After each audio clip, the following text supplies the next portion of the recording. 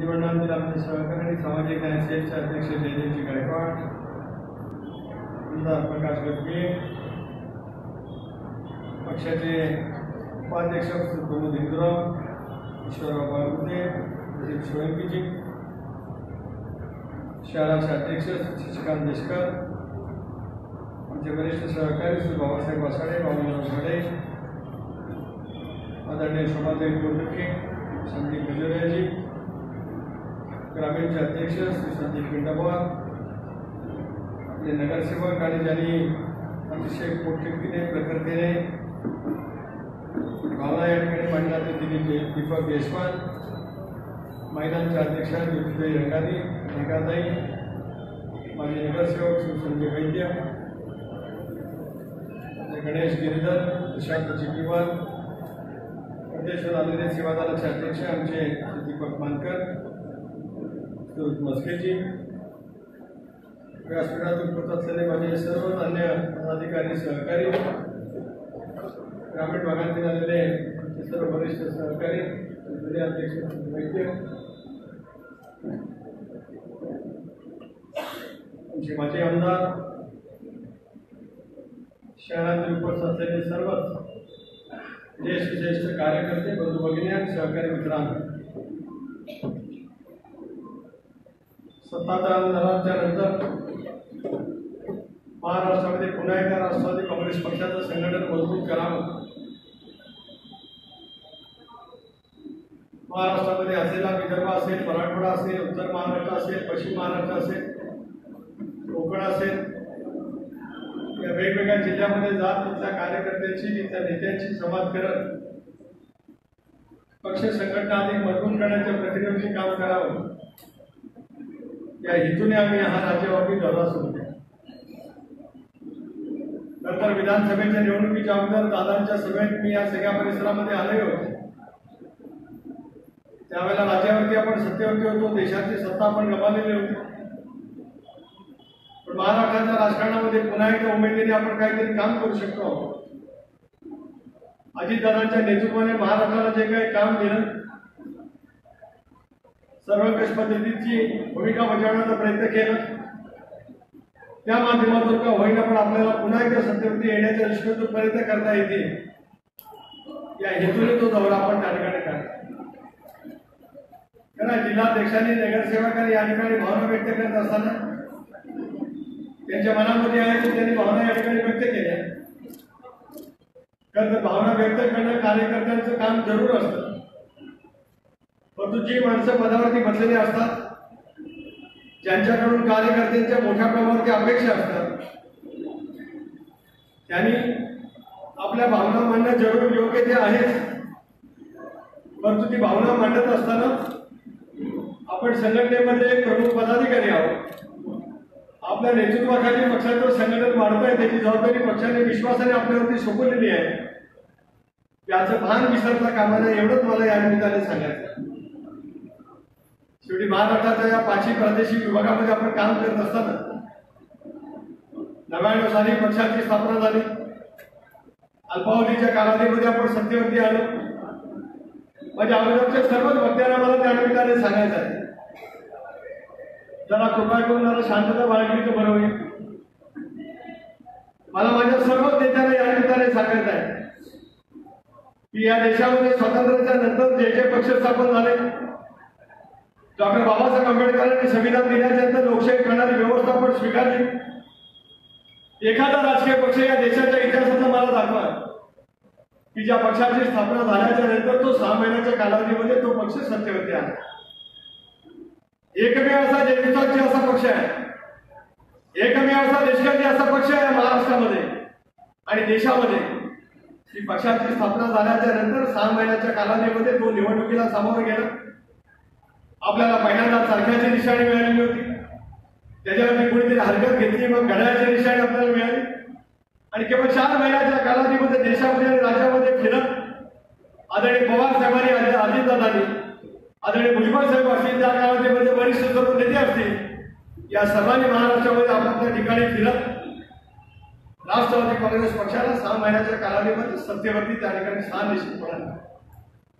देशातला असा एकमेव राजकीय पक्ष आहे त्या वेळेला त्या निवडणुकीमध्ये आपण जे यश मिळवलं, जसं राज्याच्या सत्तेमध्ये आपण आलो, तसं देशाच्या प्रमुख 6 राजकीय पक्ष ज्या देशाच्या निवडणूक आयोगाने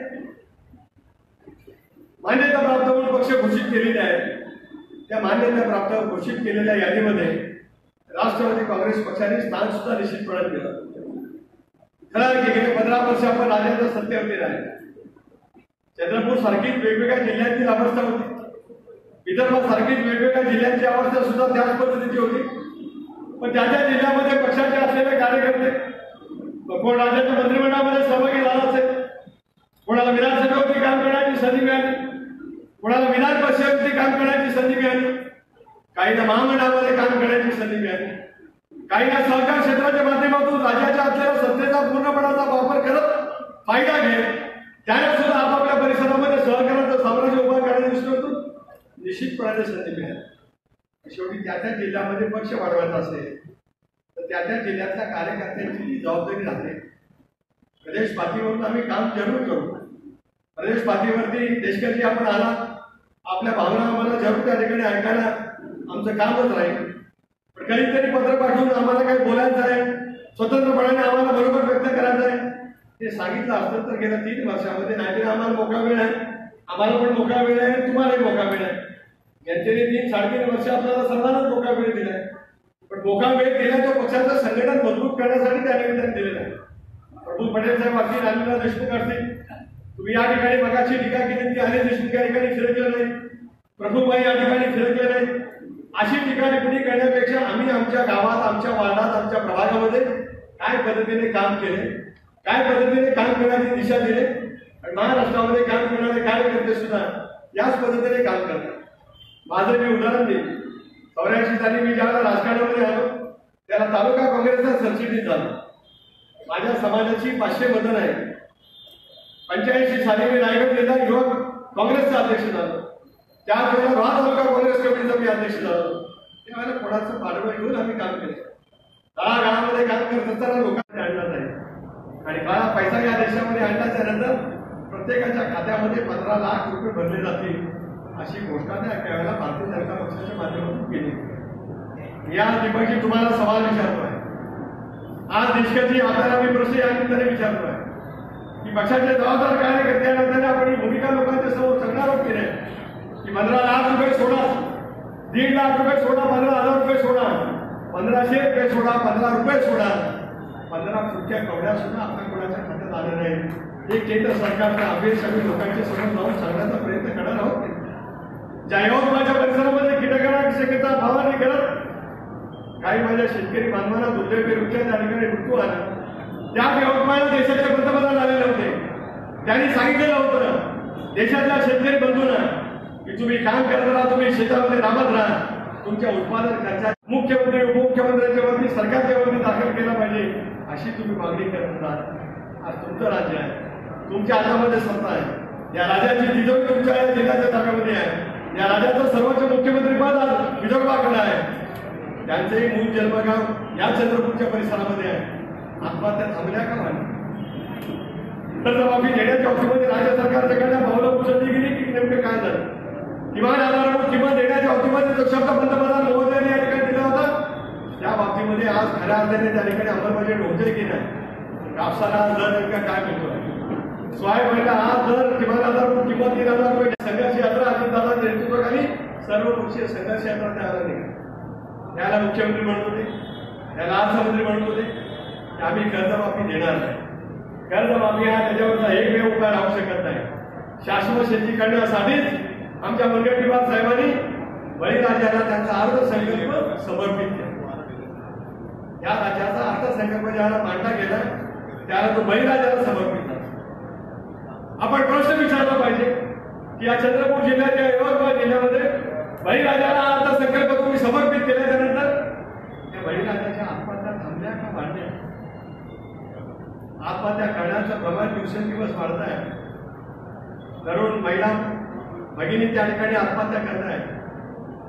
तरुण शेतकरी आज आत्महत्या करत आहेत.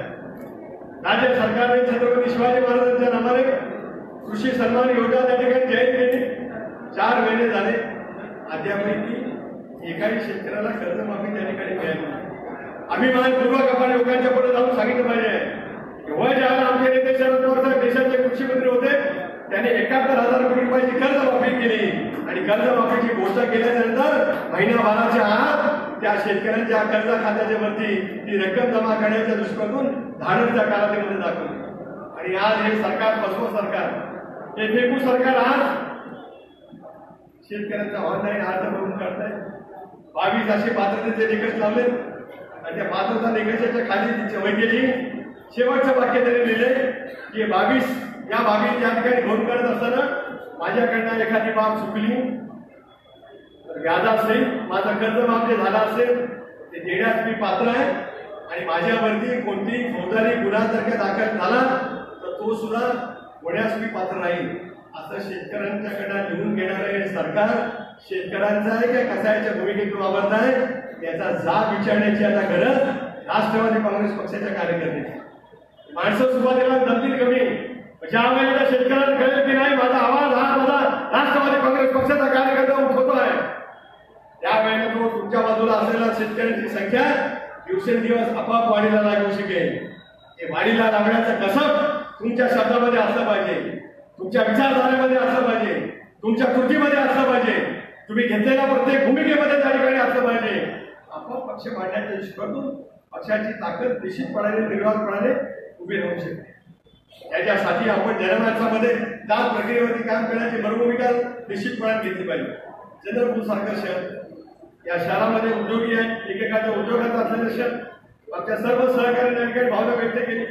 पॉवर प्लांट या ठिकाणी आहे, पेपर मिलचा सुरुवातीचा असलेला कारखाना या सगळ्या परिसरामध्ये होता. एक बंदीचं साबण या सगळ्या कारखानदारीच्या माध्यमातून निर्माण झाले. माझी अशी अपेक्षा होती की माझ्या पक्षाच्या प्रमुख नेत्यांनी हे बोललं पाहिजे की नोटाबंदी झाली, जीएसटी झाली, जीएसटीचा जास्त कर त्या ठिकाणी लावला. आपलं सरकार होतं त्यावेळेला जीएसटीच्या साठी आपण कर प्रणाली ठरवली होती 18% आणि या सरकारने ती 28% नेली. त्याच्यामुळे आज व्यापार पूर्णपणाने बंदावला. ही भूमिका आपण लोकांच्या समोर जाऊन सांगण्याची भूमिका घेतली तरच या सरकारचं खरं स्वरूप आपल्याला लोकांच्या समोर निश्चितपणाने उघडं करतो. पक्षाची विचारसरणी घेऊन लोकांच्या समोर आम्ही नेमके काय प्रश्न मांडणार आहोत याचा सर्वकष विचार तुम्ही आम्ही सर्वच राजकीय पक्षाच्या कार्यकर्त्यांनी करणं अत्यंत आवश्यक ठरू शकते. ठीक आहे, त्या अडचणी असू शकते, काही संवाद करण्यामध्ये कमतरता झाली असेल, संपर्क करण्यामध्ये कमतरता झाली असेल, आपल्या पाठीमागे कदाचित पूर्णपणाचा मार्ग उभा करण्याच्या दृष्टीतून आम्हाला प्रयत्न करता आले नसतील. पण सगळ्यात निवडणुका पक्षाच्या पैशाच्या बळावर जिंकता येतात. असं जर का कोणाचा गैरसमज असेल कृपा करून तो आपण दूर करा. यावेळेच्या लोकसभेची निवडणूक असेल, 84ची लोकसभेची निवडणूक असेल, 78ची विदर्भातली विधानसभेची निवडणूक असेल, 80ची विदर्भातली विधानसभेची निवडणूक असेल, त्यावेळेला काँग्रेस पक्षांनी काही फार मोठ्या प्रमाणात पाठवून नव्हते. लोकांच्या मनामध्ये जाण जागृती निर्माण करण्याचा प्रयत्न केला.